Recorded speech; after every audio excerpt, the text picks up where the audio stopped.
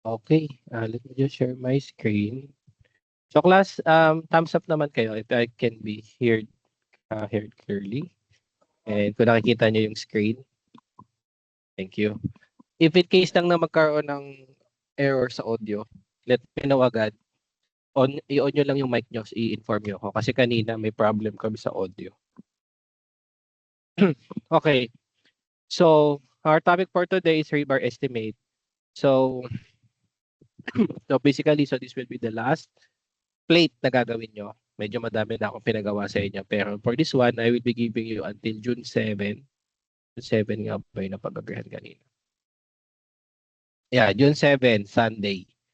So, para dito sa ating plate, sa plate ng rebar. Okay, so for the rebar estimate, so let's start with very brief discussion lang ng introduction with regards to the rebar itself. So, rebar, it is a metal bar that is used to help increase the tensile strength of a concrete. Kaya siya naging reinforced concrete.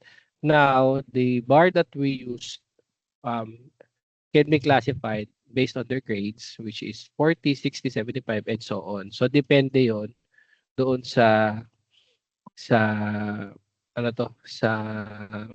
tensile strength ng ating rebar, which is commonly noted as grades noted doon sa ating bar. So for the grade, yung values na yan are in KSI, which can be converted to MPa. So I think you are well familiar of that one naman. Which supposedly been discussed sa RCD, 'di ba? Na like yung grade 40 is to 75 MPa, etc. Now, for every rebar, okay, yung ginagamit natin is yung deformed bar. Ito whether nakaganito yung ano niya, yung pagkaka-deform niya or may ano siya nakapa-diagonal. So on each spacings, so naka-indicate yan yung ating yung ating identifier.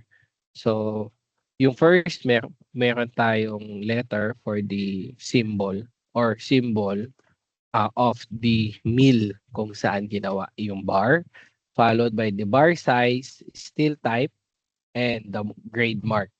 Then meron ding kulay yung dulo ng bars natin to indicate yung specific grade. Hindi ko lang kabisado kung ano ginagamit ng ano. Pero yun, meron siyang color coding for every rebar na pinoproduce ng mga miller. Then, for the standard sizes, so I think you're also well aware of this one, tsaka yung commercial lengths. So for the standard diameters, so it's from 10 and so on. So 12, 16, etc. And then for the commercial length, it is from 6 with an interval of 1.5 for every 1.5 meter in terms of length. So yun yung increment niya. Now, with the commercial length, hindi siya laging available on site or sa hardware. That's the reason why we do splicing.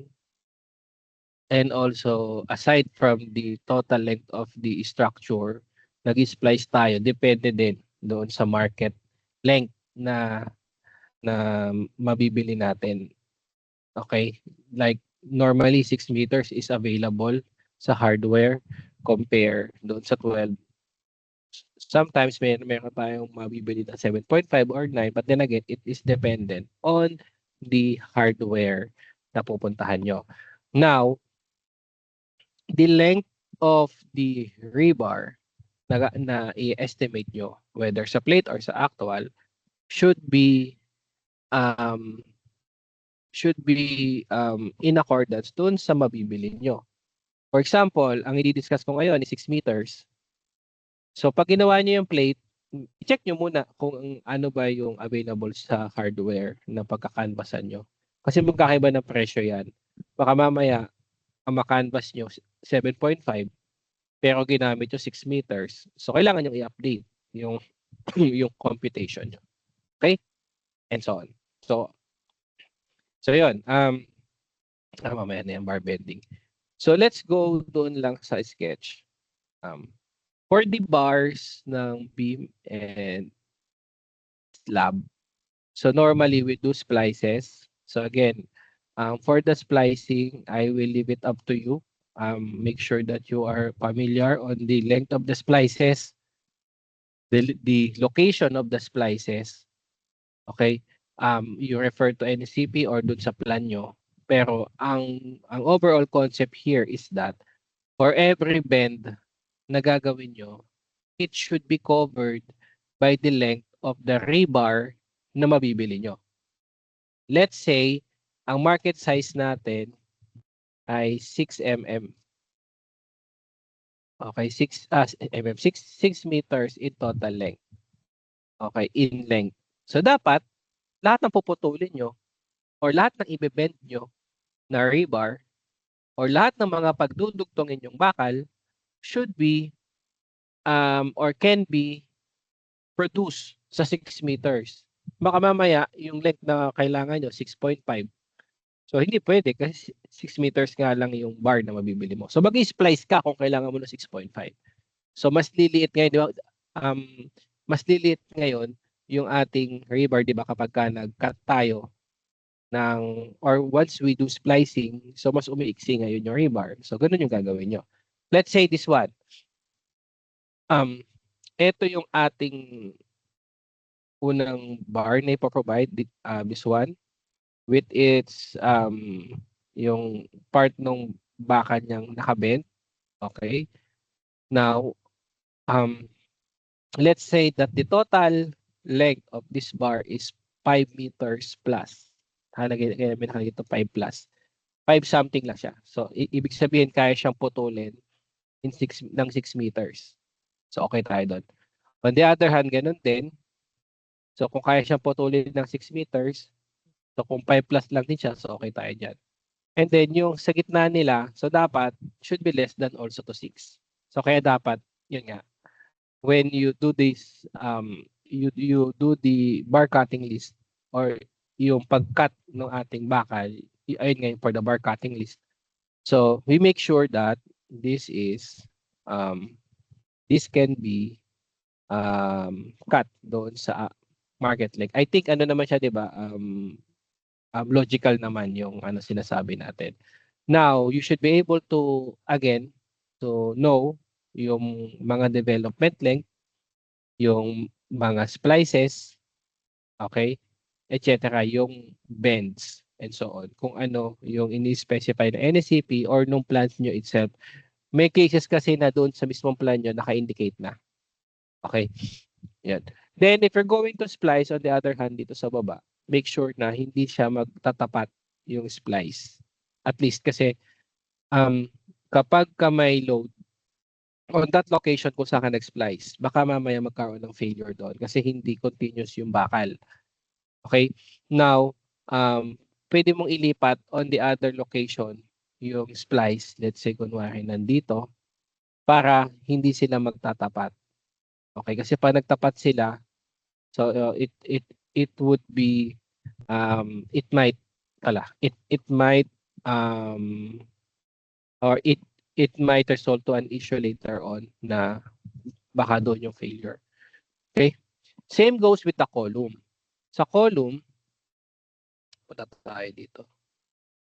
Not sure ito bakit pinagtapat eh, pero ideally dapat hindi din. Pero well, kung yun yung ano ng engineer, well, let's take kung meron silang ganitong way of splicing, but if not, just do whatever you need to do as long as that you could you could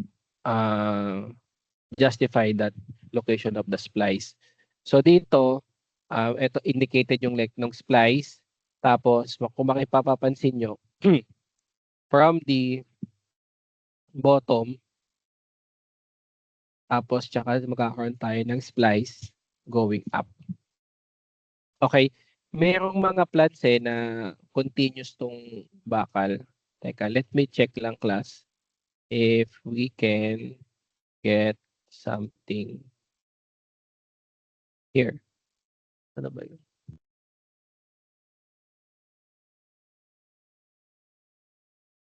Check natin yung ibang plans kung meron tayo makikita na ano.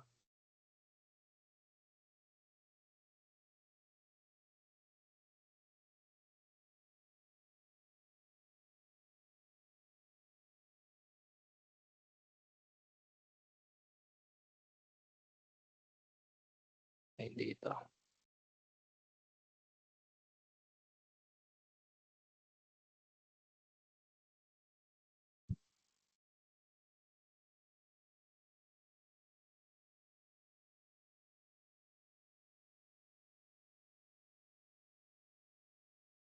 Hindi rin. Wait lang ah.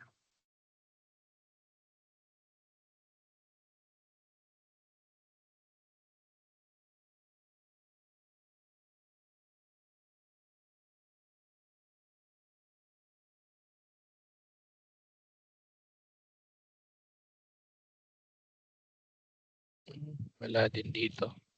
Normally kasi sa mga story and up, wala din dito.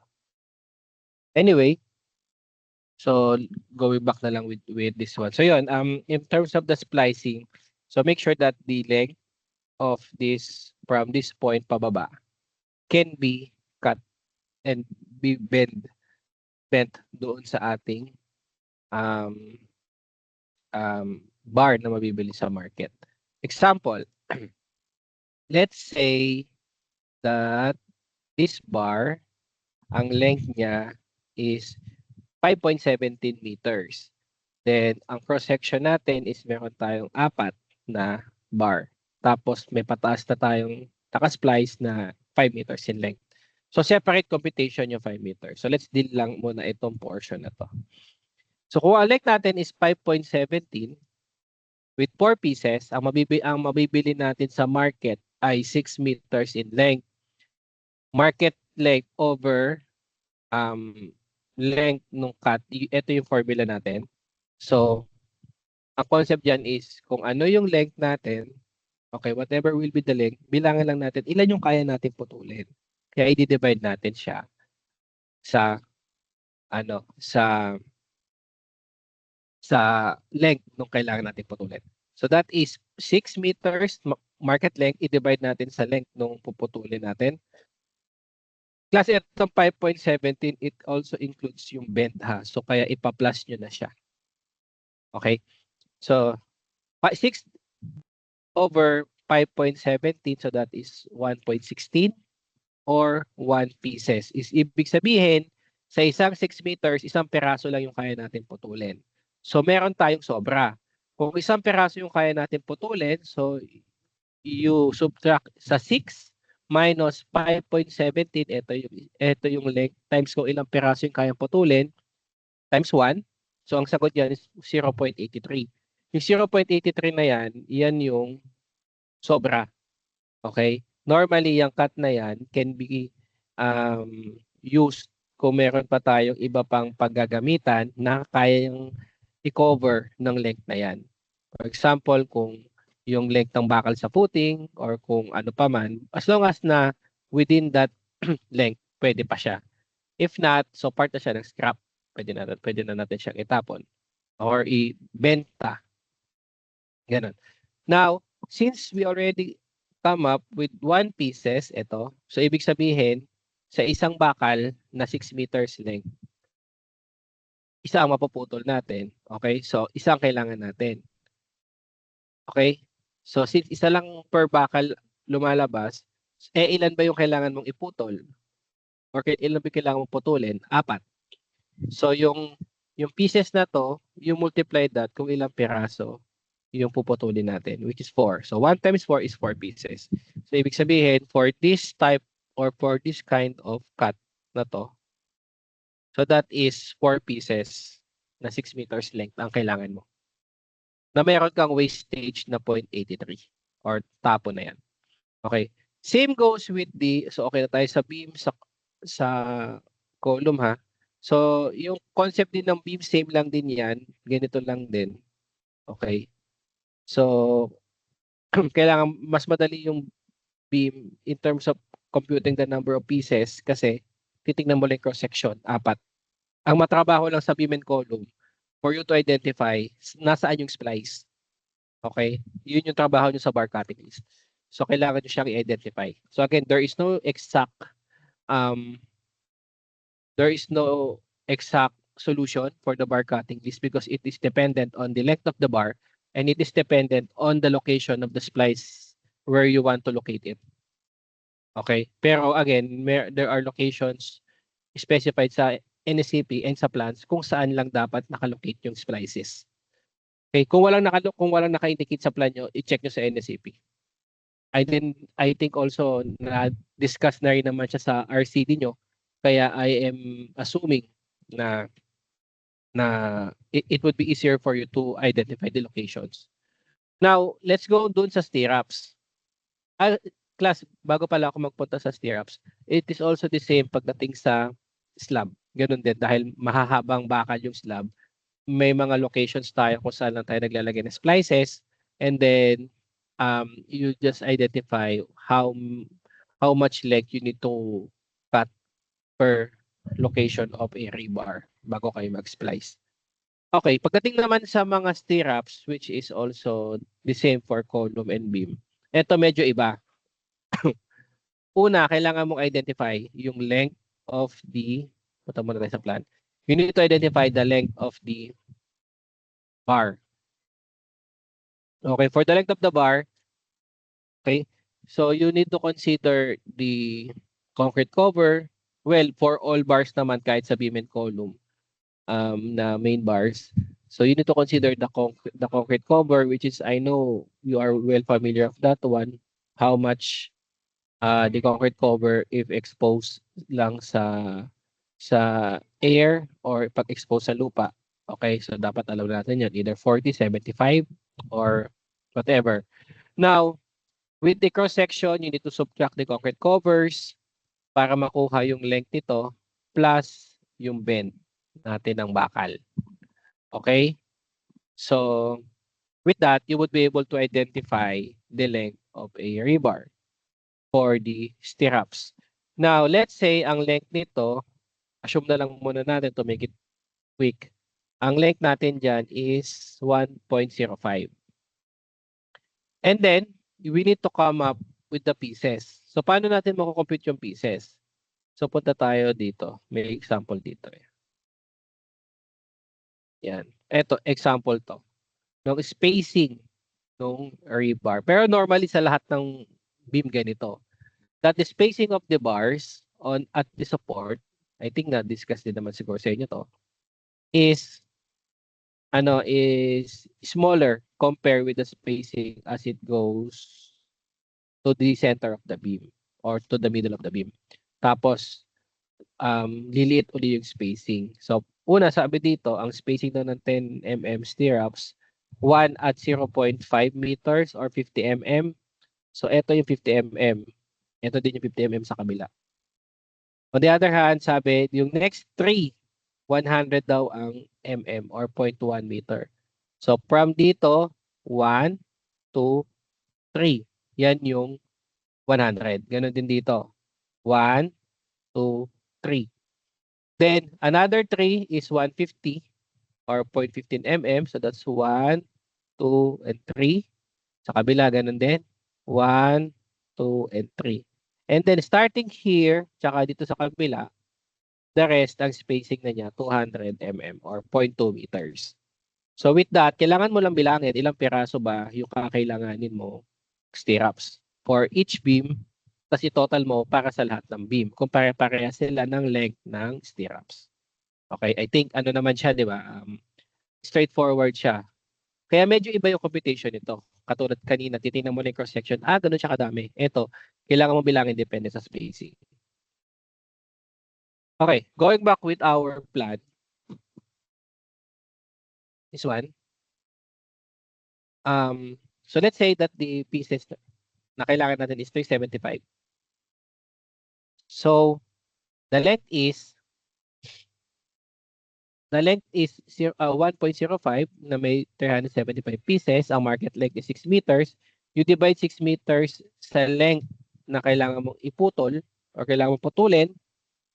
So ang sagot is 6 divided by 1.05 or 5.71. So ibig sabihin may butal. So you round down kasi 5 lang yung kaya mong putulin. Para malaman mo ilan yung excess, that is 6 minus 5 times 1.05. That is 0.75 mm. So same din, kung magagamit mo yan, use it on another location. If not, if not, make it a scrap or you dispose it. Then, after that, so ang sabi dito, sa isang rebar daw, meron kang 5 piraso ng 1.05 mm. Okay. Since sa isang rebar, ang kaya mong putulin ay 5 piraso, you divide yung total pieces sa 5. Kasi ito yung kayang putulin sa isang rebar. So which is 375 over 5, which is 75 pieces, or off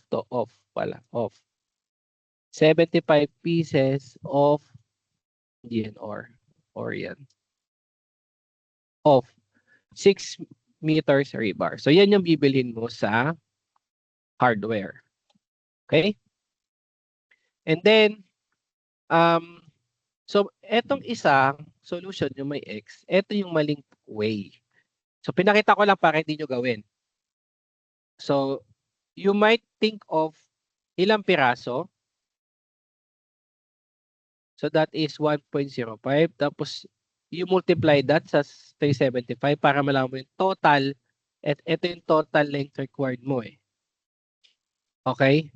Tapos you divide the total length required na 393.75 sa 6 meters kasi 6 meters yung market size. So ang sagot niyan is 65.625 or 66 pieces.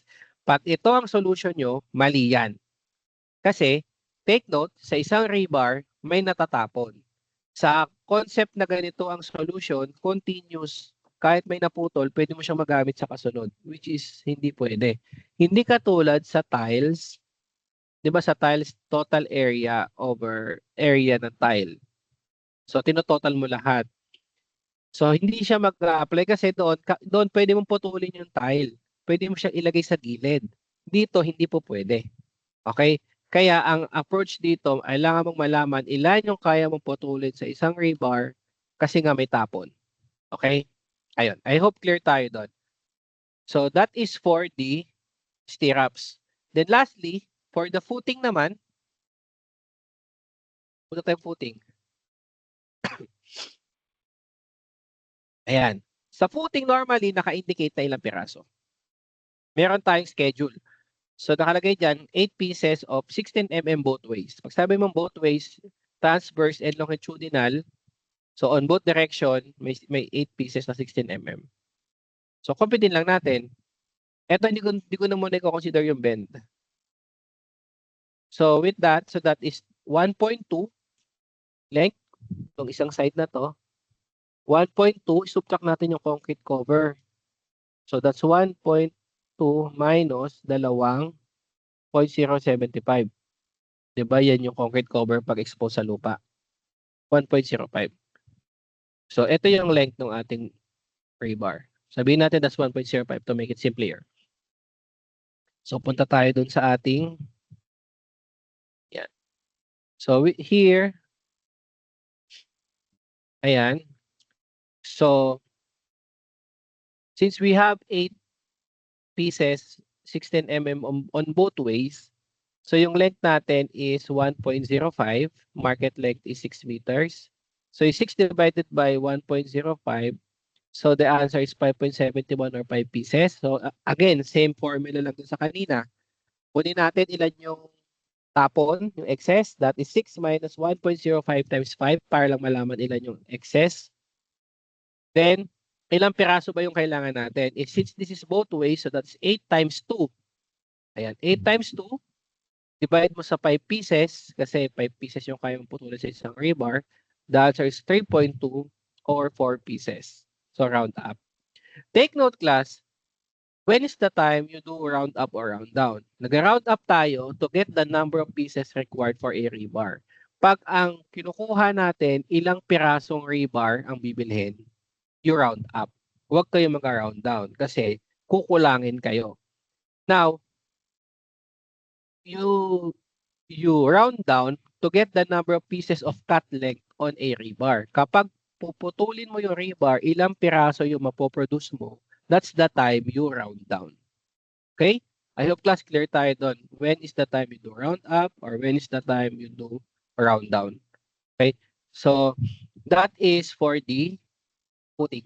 Now, lastly, for our, to make it simpler, okay, para sa plate, yung ibang plan, meron ito, yung ibang plan, wala.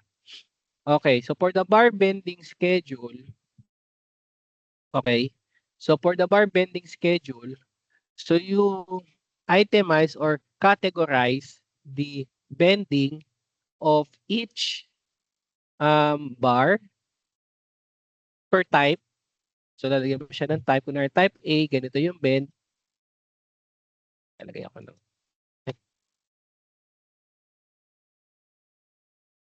pointers. Kunwari type A, ito yung bend with this diameter.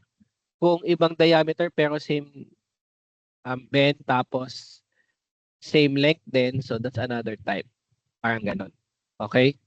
So, eto, type B and type C, so they have the same bend, pero magkaiba yung length, so magkaiba sila ng length. And then, you compute all of those, kung ilang piraso, you itemize it here. Okay? Yung length, i-itemize mo, gano'ng kahaba. So, i-make it on table form. So, I am expecting na ganito yung gagawin nyo sa plate. And then, for the total length, okay? So, ito yung total length natin. Pero, doon sa computation nyo, you need to update this kasi itong schedule na to is based on total weight. Kapag order ka ng bar per weight. Okay? So let's discuss muna kung paano i-compute yung per weight. Sa per weight, you need to get the total length. So you multiply that, yan yung total length. And then you multiply that sa unit weight. For each rebar, if equal to second per grade ito, per grade, per diameter. Okay? Meron siyang certain unit weight. For each unit weight, you just multiply that ilang kilogram siya per meter. So you need to multiply these two para makuha mo yung total weight. Kasi pagka malaki ang project, you don't compute it per piece. Kasi hindi nila binibilang yon sa sa pagbibilhan nyo. Pinapadala nila sa inyo yon per weight. Okay? Pero pag sa malilit na hardware, pwede mong bilangin. Okay? Yun yung ginagawa natin kanina. Pero i-discuss ko muna yung bar bending na ganito na naka-by by weight. So yun, get the total length, you multiply these two. Yung length, tapos ilang piraso. Ito siya. Yung unit weight, you multiply that doon sa total length para makuha mo yung total weight. Tapos ito na yung orderin mo sa hardware. Just add a markup or of wastage kung may additional wastage ka. Okay? That is per bar. For example, if these two have the same grade, has the same diameter, magkaiba lang sila ng solution hanggang total weight, pero you can combine them if you're going to order it. Kung parehas sila ng material. Kung magkaiba sila ng grade, huwag mo sila pagsamahin. Okay? And then, ganun din ito, tsaka yung sa ibaba. Okay? I hope clear tayo doon. Now, paano naman kapag magiging per length yung usapan? Natin. Sulat tayo dito. Ito, imbis na total length, ang ilalagay natin dito, yung number of cut or in pieces, yung na-compute natin kanina. Di ba doon sa isang 6 meters, if you could remember, 5 pieces siya. Ito, 5 pieces, di ba? Ito, 5 pieces. Ayan. So, ilang piraso siya? 5 pieces. Okay? Tapos, Pwede nyong i-next dito, ano, um, um, ano to? Kung 5 pieces siya, then pwede nyo nang i-solve the number of pieces o ito, number of rebar in pieces. Ayan. So, nandito yung length, nandito yung piraso. Okay? Tapos, siguro dito idagdag nyo lang kung 6 meters ba siya. Ay, hindi, wag sa type. Siguro mag-insert pa kayo ng another column. Yung kung, ano to, yung market length. Market, pangit na sulat ko, sorry.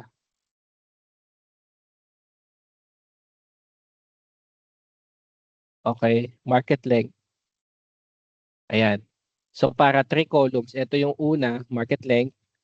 Sunod yung number of cut, tapos number of rebar.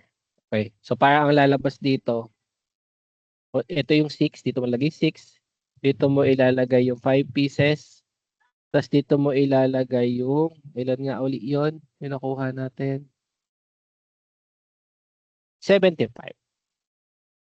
75. So, paano siya na-come up? The formula nyo. Then, kunwari, nandito yung, sample lang to, nandito yung 1.05. Nandito yung 375. So, that is 1.05.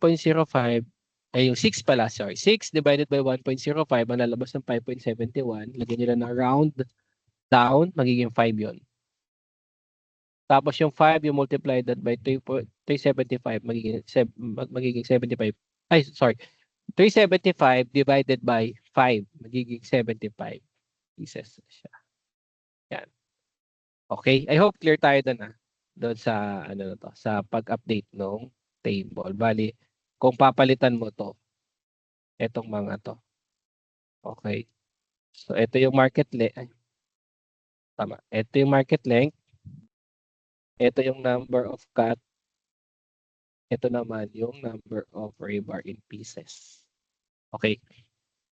But if you wish to use yung by weight, which is baka hindi ganun yung presyuhan sa hardware, pwede rin nyo naman ding sundin yung eksaktong nandito sa table. Okay, pero ito, I think enough na to para makapag-come up na kayo ng costing. Okay? Any question, class? So that's the last part. Yeah.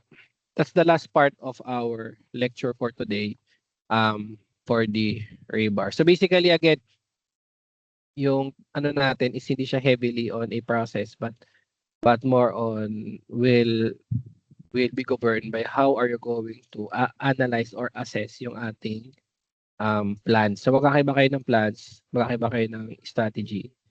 So magkakaiba kayo ng outcome for the plate. Okay? So any question? May tanong?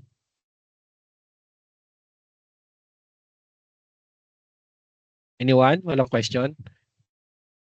Sige, i-stop ko na yung recording. Now,